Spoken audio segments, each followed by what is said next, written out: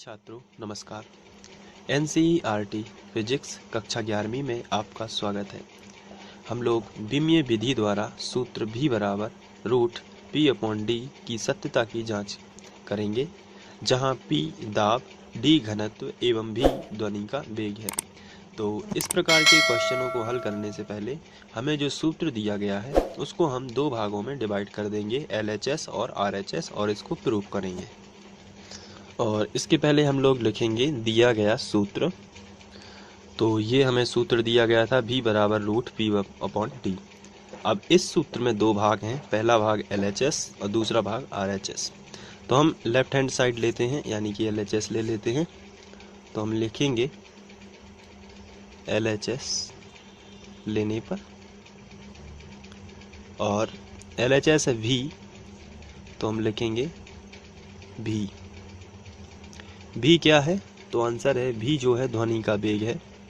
तो हम यहाँ पर लिख लेंगे ध्वनि का वेग। और वेग जो है किसी भी चीज का वेग हो, लेकिन वेग तो वेग ही होता है, इसलिए वेग का फॉर्मूला दूरी बटे समय हम लोगों ने पहले विमीय सूत्रों में स्टडी किया हुआ है। तो दूरी बटे समय ये वेग का फॉर्मूला होता है। अब यहाँ से इसके विमीय सूत्र रख देंगे। जैसे दूरी जो है लेंथ है, लंबाई में नापी जाती है, इसलिए हम इसको L से दर्शाएंगे। और जो समय है वो टाइम कहलाता है, इसलिए हम इसकी जो विमा है वो T लेंगे और इसको इस तरीके से लिख देंगे।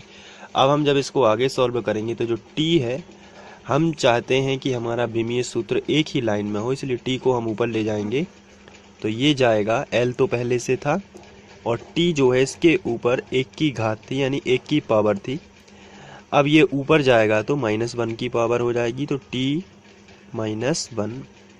अब हम इसे m, l और t तीनों के फॉर्म में लिखना चाहते हैं, इसलिए हम चूंकि m की तो चर्चा ही नहीं हुई है, यानी कि m आया नहीं है, इसलिए m हो जाएगा 0, l पहले से है और t -1। तो ये इस तरीके से जो ध्वनि का वेग है इसका विमीय सूत्र आ गया। तो ये LHS है। अब हम RHS ले लेते हैं।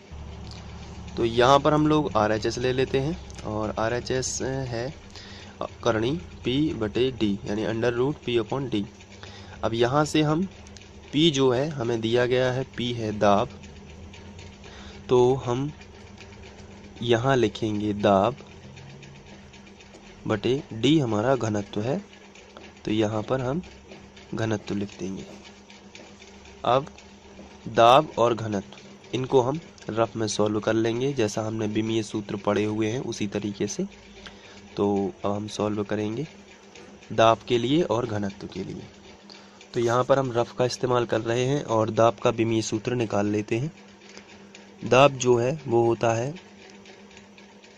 बल बटे क्षेत्रफल, और बल का सूत्र होता है द्रव्यमान गुणित त्वरण। द्रव्यमान गुणित त्वरण बटे क्षेत्रफल होता है लंबाई गुणित चौड़ाई। यहाँ से हम देखते हैं कि त्वरण जो है उसका फॉर्मूला और लग सकता है। द्रव्यमान अपने मूल रूप में है, इसलिए द्रव्यमान को ज्यों का त्यों लिखेंगे। त्वरण का होता है दूरी बटे समय का वर्ग, दूरी बटे समय का वर्ग। और यहाँ पर लंबाई गुणित चौड़ाई बटे में थी, इसलिए हम इसको ज्यों का त्यों लिखेंगे, लंबाई गुणित चौड़ाई। अब हम देखते हैं कि इन सब के विमीय सूत्र, जैसे द्रव्यमान का m, दूरी का l बटे लंबाई गुणित चौड़ाई। लंबाई को भी l से डिनोट करते हैं और चौड़ाई को भी l से डिनोट करते हैं, तो ये हो जाएगा l², और समय को t से, इसलिए t²। अब यहाँ से एक l जो है वो कैंसिल हो जाएगा, तो हमारे पास आएगा m, और नीचे जो है वो आएगा 2l थे यहाँ पर, एक l कैंसिल हो गया तो एक बचा और t² यहाँ से। अब हम इन सभी चीज़ों को ऊपर ले जाते हैं, क्योंकि हमें अपना विमीय सूत्र एक ही लाइन में चाहिए। तो m l -1, क्योंकि यहाँ 1 की पावर है प्लस में, ऊपर जाएगी तो माइनस में हो जाएगी, और t -2, क्योंकि यहाँ प्लस का 2 है तो ऊपर जाएगा तो माइनस का 2 हो जाएगा। तो ml -1 t -2 जो है ये दाब का हमारा विमीय सूत्र बना है। तो हम यहाँ हमने फेयर में दाब का विमीय सूत्र लिख सकते हैं, जो कि है ml-1 t-2। तो यहाँ पर हम लिखेंगे ml-1 t-2। इसके बाद हम लोग घनत्व का भी निकाल लेते हैं। तो घनत्व जो है उसको हम यहाँ पर घनत्व का फॉर्मूला में मालूम होना चाहिए। तो यहाँ पर हम लिखेंगे द्रव्यमान बटे आयतन।